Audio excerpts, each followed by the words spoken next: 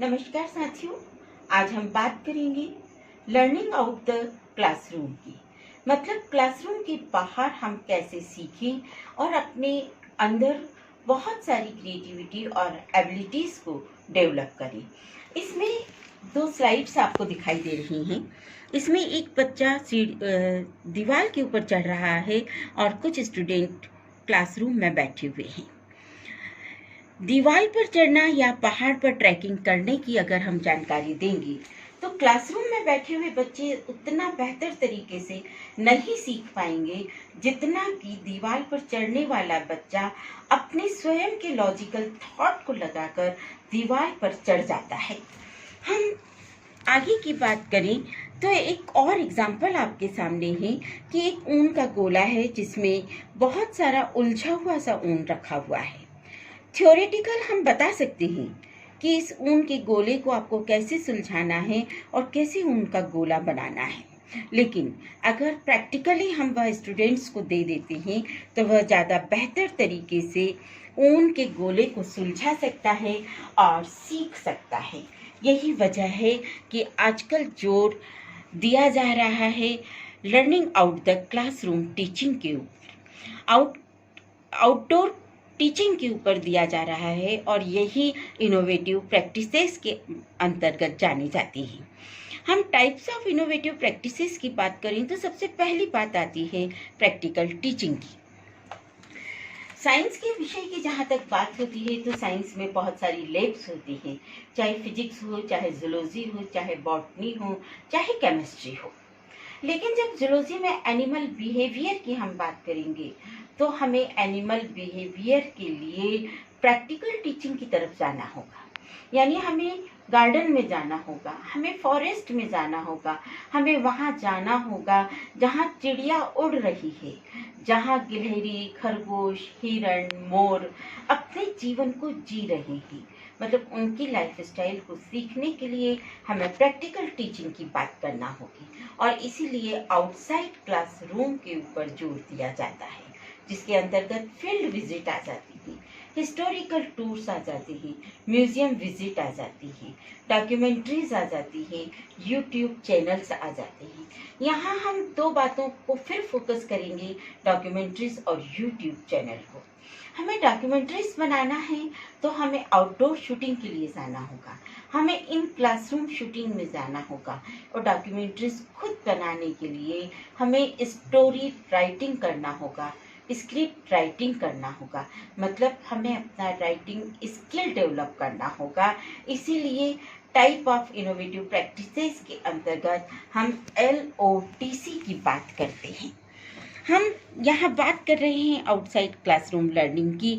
यहाँ दो पिक्स आपको दिखाई दे रही हैं जिसमें बहुत सारे बच्चे फील्ड पर दिखाई दे रहे हैं और पास में रखी दो मूर्तियाँ आपको दिखाई दे रही हैं। यहाँ पर जब हम फील्ड विजिट की बात करते हैं तो अगर हमें रॉक शेल्टर पेंटिंग्स पढ़ाना है तो रॉक शेल्टर पेंटिंग्स पढ़ाने के लिए यदि हम स्टूडेंट्स को भीमबेटका या पहाड़ियाँ लेकर जाते हैं तो वे वहाँ की ज्योग्राफी देखते हैं, वे वहाँ के चट्टानों की प्रकृति को देखते हैं कि किस तरह की चट्टानें, किस कलर की चित्र बने हुए हैं, चित्र कैसे बनाए गए होंगे, चित्रों में जिस कलर का उपयोग किया गया वह प्री हिस्टोरिक पीरियड में किस तरह से किया गया होगा। इसी तरह म्यूजियम में रखी हुई इन दो मूर्तियों को यदि हम देखें तो उन मूर्तियों को देखने के लिए उन्हें म्यूजियम में म्यूजियम मैनेजमेंट भी वे वहाँ से सीख सकते हैं, मूर्तियों को भी वे सीख सकते हैं। अतः हमें देखना होगा क्रिएटिव एजुकेशन की तरफ, और क्रिएटिव एजुकेशन के लिए जो हमने शुरुआत की है वह शुरुआत हुई है पोस्टर मेकिंग से, कि विद्यार्थियों ने यह स्वयं से अपने पोस्टर बनाए।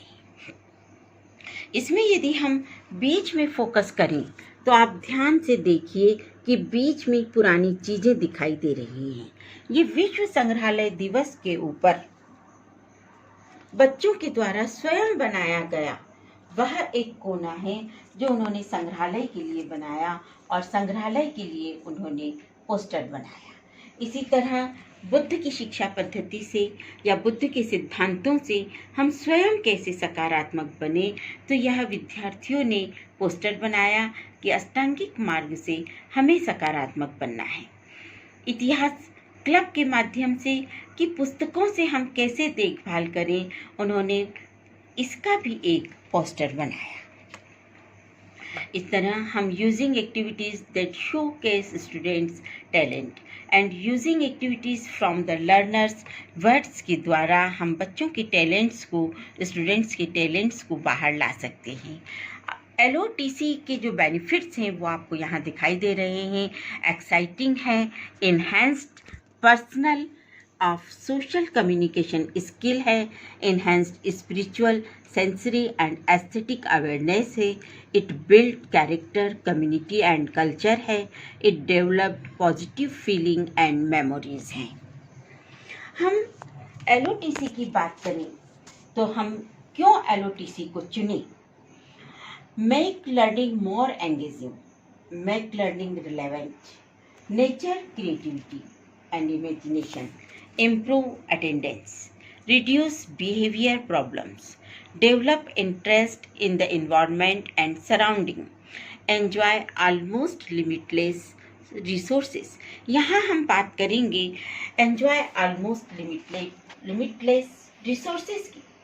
हम देखते हैं कि कोविड-19 के समय में लोग घरों में बंद हो गए और उन्होंने अपने लिमिटेड सोर्सेस में अपना जीवन यापन किया और हमने इन्हीं लिमिटेड रिसोर्सेस में अपने स्टूडेंट्स की क्रिएटिविटी को बाहर निकाला और उनसे बहुत सारी एक्टिविटीज़ हमने कराई। इस तरह क्रिएटिव टीचिंग रिक्वायर कॉन्फिडेंस के माध्यम से हमने स्टूडेंट्स को मोटिवेट किया। This attribute partly follows on from the preceding one, since knowledge of subject matter can provide a sense of confidence.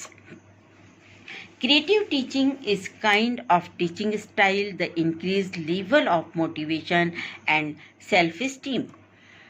Creativity is usually described as having a number of different dimensions. The ability to solve problems in original and valuable ways that are relevant to goals, seeing new meaning and relationship in things and making connection, having original and imaginative thoughts and ideas about something.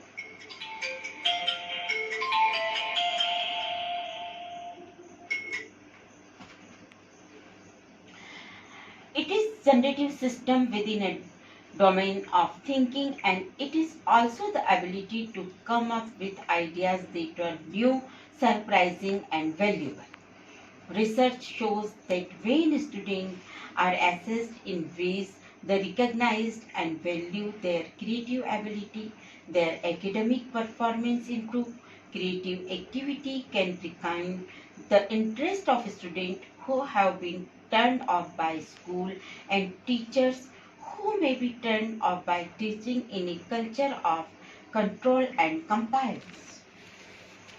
Creative mind, creativity noun, create verb, creative adjective, powerful imagination, ability to think up, develop a new ideas, understanding with reasoning, design new word, solve problem in new ways.